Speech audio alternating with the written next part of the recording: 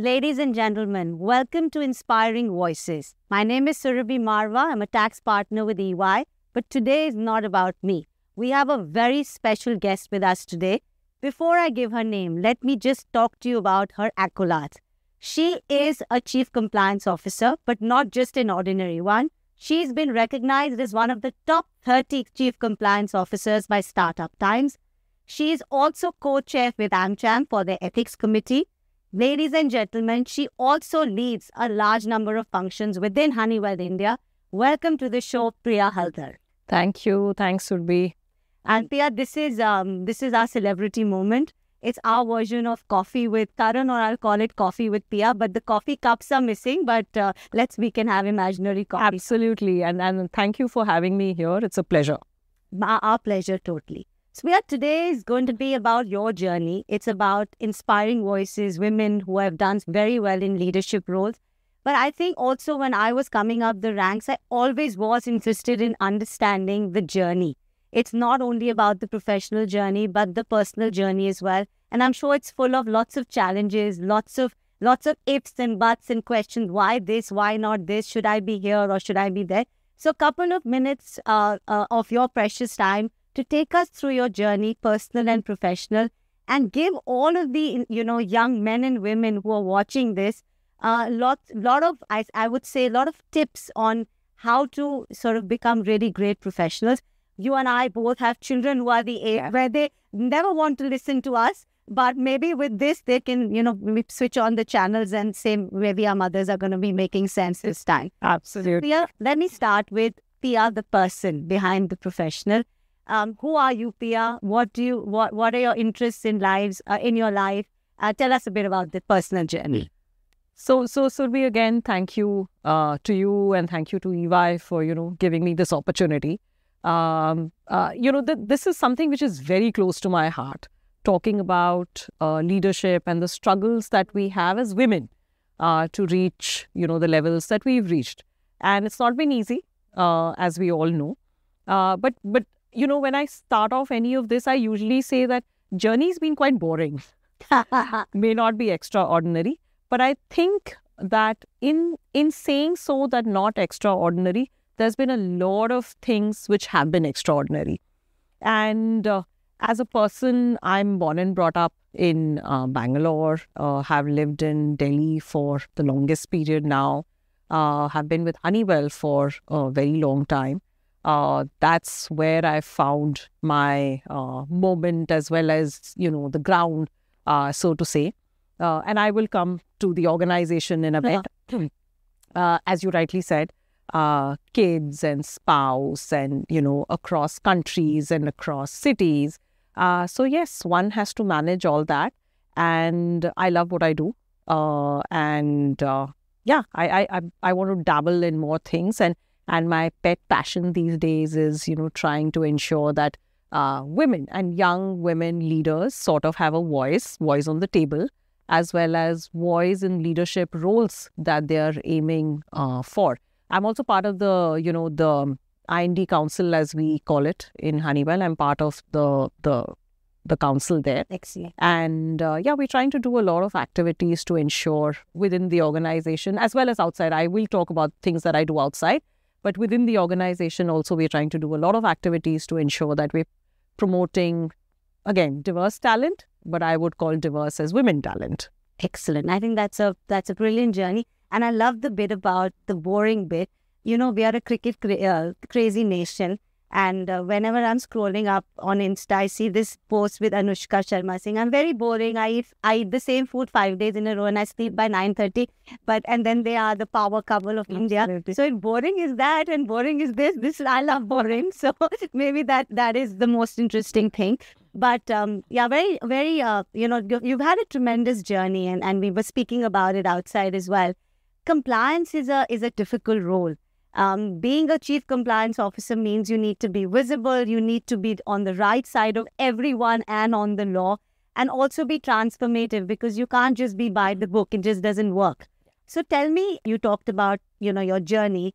You must have taken on some very transformative projects or may have had some very big challenges And compliance would mean you're dealing with the C-suite, right? And you have to make sure everything is correct.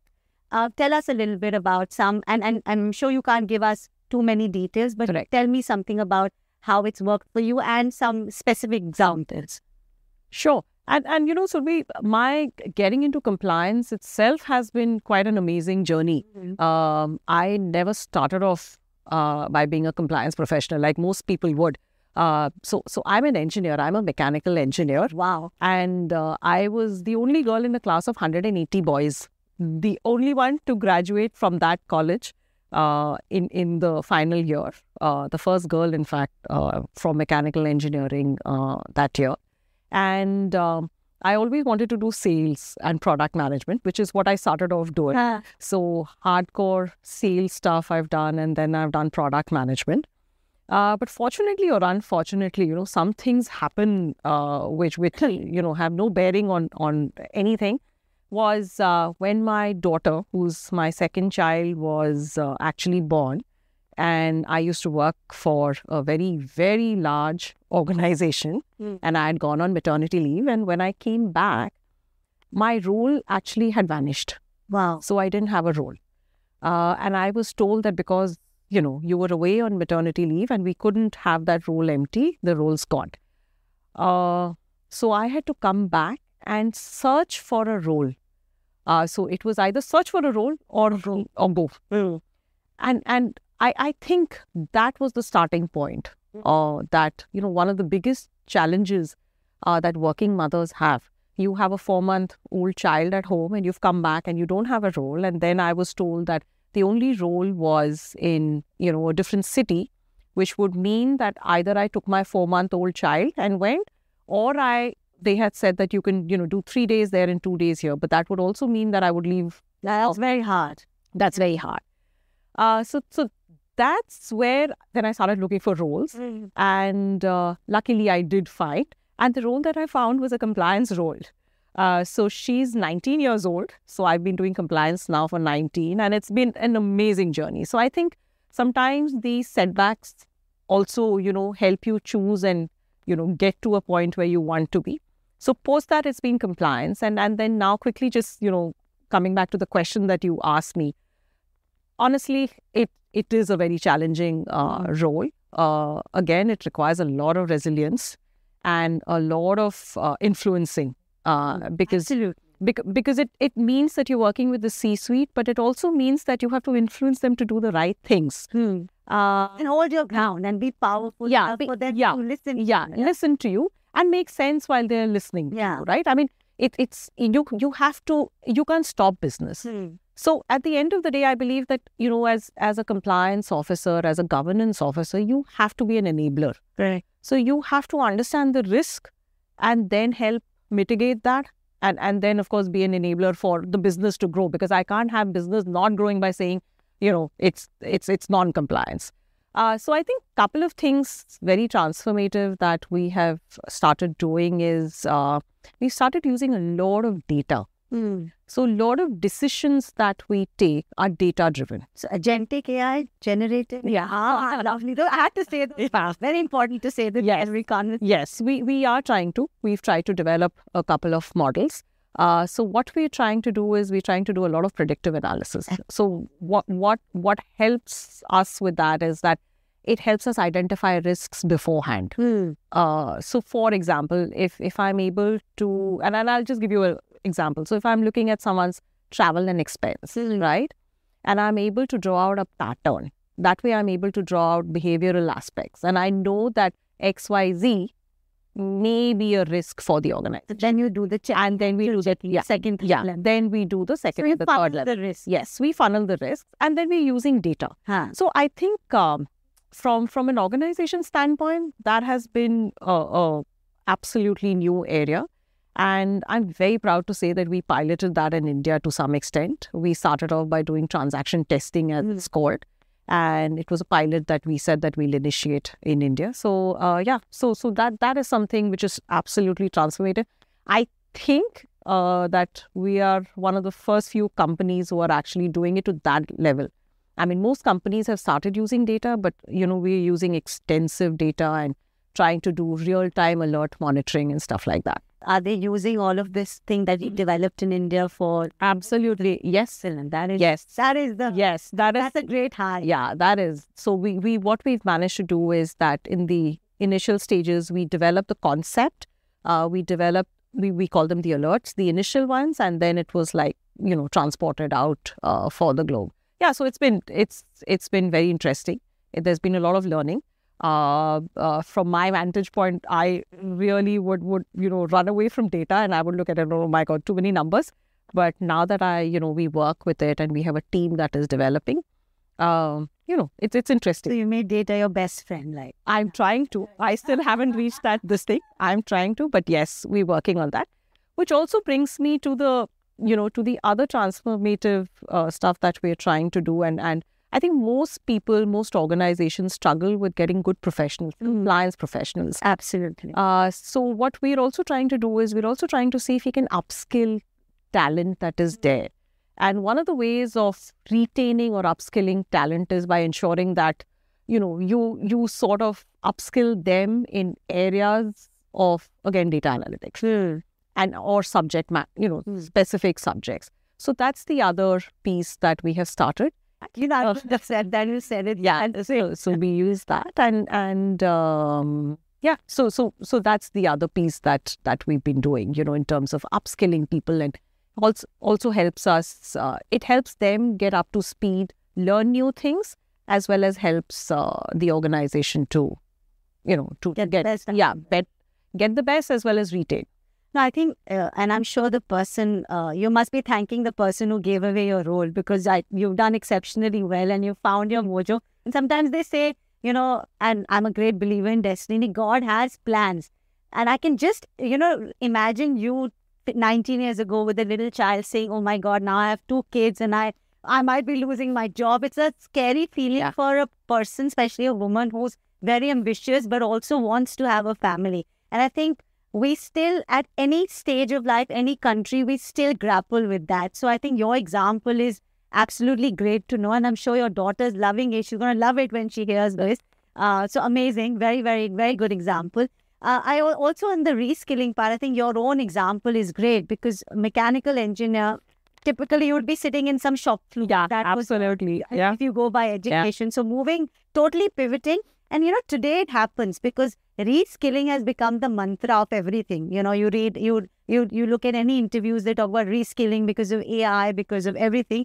But 20 years ago or 19 years ago, this word was not known, because you only got the same job depending upon your last 2 jobs. So it would have taken a lot of guts, and you had to be good at what you did, because touch wood, you've had a great career, and the transformative journey is amazing. So I'm going to pivot, and you talked a little bit about D&I. When I was told to do this podcast with you, I obviously, like any of us, went on LinkedIn and I wanted to read about you. And I saw this post about D&I and some statistics, which I'm going to let you say, some 12 trillion, etc. And I think what really captured my attention was not just a BAU article on D&I and work-life balance, but also about bold action, saying, look, we've got to take some steps. And now that I hear your story, and we were talking outside, I can understand where that passion is coming from, because, you've been there, done that. You're not just speaking by the book. So tell me, what do you see in Honeywell? That's one. Where have you contributed? What do you see? And as a woman leader who's probably been reading, been on panels, what do you think we need to do? What are the real steps? And I want you to please, Priya, go beyond what we hear on interviews, because I hear, and I lead a part of D&I for EVA as well. And I see a lot of people saying, we've heard this, you do these panels, we've heard this, but you don't know the reality of it. As it's very different. So what is the reality, and how can we help and guide young women and men, of course, to change their attitude? Yeah. No, absolutely. And I think it's not specific to the organization. I think I would say that as women, couple of things, and I think I could have done that better in my younger days. And as I grow older, I think, that's the advice that I would want to give, whether it's my daughter or my colleagues or whatever. I think 2 things. I think first thing is that women should go out and network. Absolutely. I think we stop ourselves from doing that. I don't know why, but maybe we are shy. Maybe we are, we think we may not fit in. We may not know what to go and say. I think networking or building, and I don't mean networking as in parties, but building your own network, your brand, your own brand, I think is extremely important. So I would say that is very, very critical. The second piece in which I have benefited, Surbhi, personally, is having a mentor and a sponsor in the organization. A mentor who not only guides you with just professional stuff, but sort of allies into a little bit of, your personal space as well as your professional space. Sounding board. Yeah, it's a sounding board. Just need, because a therapist of that sense. Yeah, like a personal therapist. And I'll give you a example about myself. In one of the organizations that I worked, I was extremely comfortable, maybe a little too comfortable. And I thought that I'd not move out of the organization till my mentor actually came and said that if you sit here, continue to work here, you will not grow. So get up. And that's where I was evaluating an opportunity at one point in time. And he said, just get up and go take that role. That is what is going to catapult you.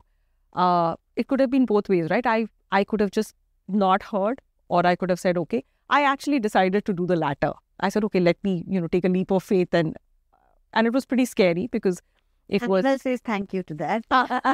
and it was something which was a clean slate. There was nothing. The position was absolutely new. But I did that. And believe you me, I mean, I think that was the biggest and the most sensible advice anyone had given me, that take that leap of faith.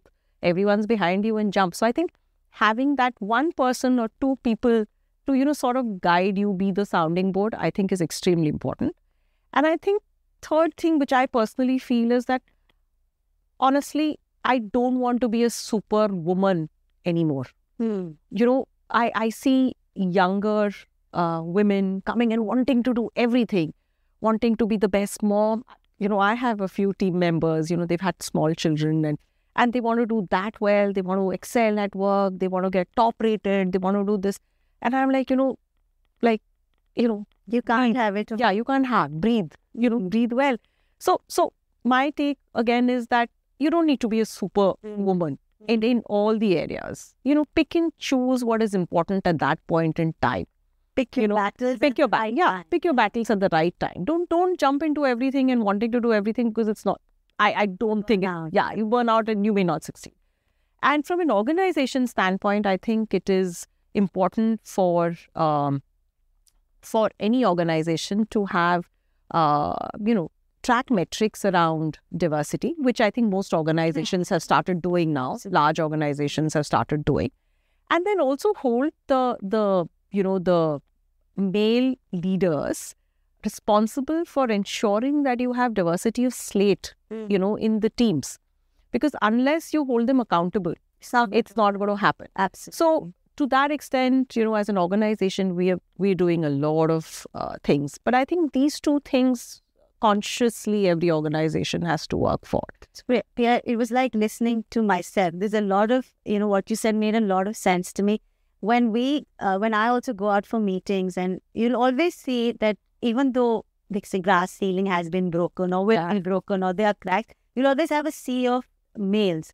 And it's sometimes uncomfortable to go and break that little circle, even though, my heart says go and sit with Pia. But I say, okay, those are the male members, so I must go and break. And I think that 2 minutes you have to do. Yeah. And I feel it's also unjustified sometimes, because the men will always be with the men, but it's a part of life you have to accept and you have to make your way. So I understand there are different parts of networking. It's just that you need to be heard. So be ready with your elevator pitches. If you see someone senior coming, be ready. Don't shy away and say, pretend to be on your phone. Yeah. Use the opportunity and say, because an opportunity has been given to me.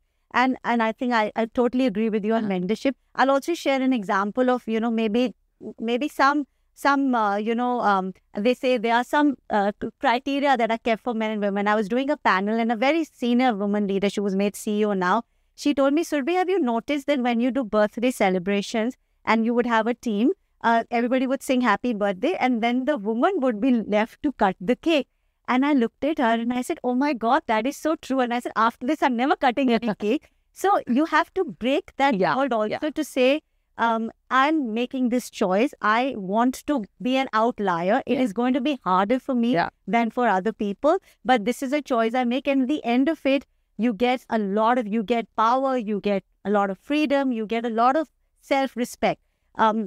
My favorite line to people now is that after a while, we've all been professionals for very long. Both of us have kids the same age. So it's about the freedom. It's not about how much you have in the bank or where you've reached. It's about the freedom of mind and the confidence that you have. So I always encourage, and I don't have a daughter, but for every daughter out there, I'd say try and be a little bit more brave, because luck favors the brave. And Priya, it's favored you. You took a big leap of it. I've been with EY all my life, but I've also taken small leaps of faith and done different things.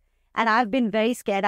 Both of us would, I'm sure you'd always exude a lot of confidence, but from inside, there is always fear. So it's good to talk about that fear with your mentors. You may not want to show it to the world, but it's good to talk about it. Absolutely. I think that's brilliant. Brilliant. And one thing which just adding on to this example, and I think, you and I were talking is, recently again, I saw this ad in the paper, which was for a big conference, and you had the who's who of the world. But what struck me as odd was that there was just one lady's picture. There must have been at least 20 men who were going to be on the panel, but there was just one woman leader there. So so that one has to become 5, and then 5 has to become 10. So I think that is where the change will then occur. So I think it's been a brilliant talking to you. But I will ask you for now 3 top mantras. You've given us lots of mantras for success, but we'd like to also see you work very hard during the week. What are the top 3 things you would tell women to do, women with children and families and difficult work commitments? How would you tell them to unwind? What do you do to unwind? And that's my last question to you, because I also want to see how a powerful lady who works so hard manages to take out time for herself. I'm actually a very bad example of that. But having said that, I'm quite a social person. So for me, part of de-stress is by meeting people. So I like meeting people, whether it's friends or family or doing something which is out of the ordinary. I like doing that. I like meeting people. I like being social during the weekends.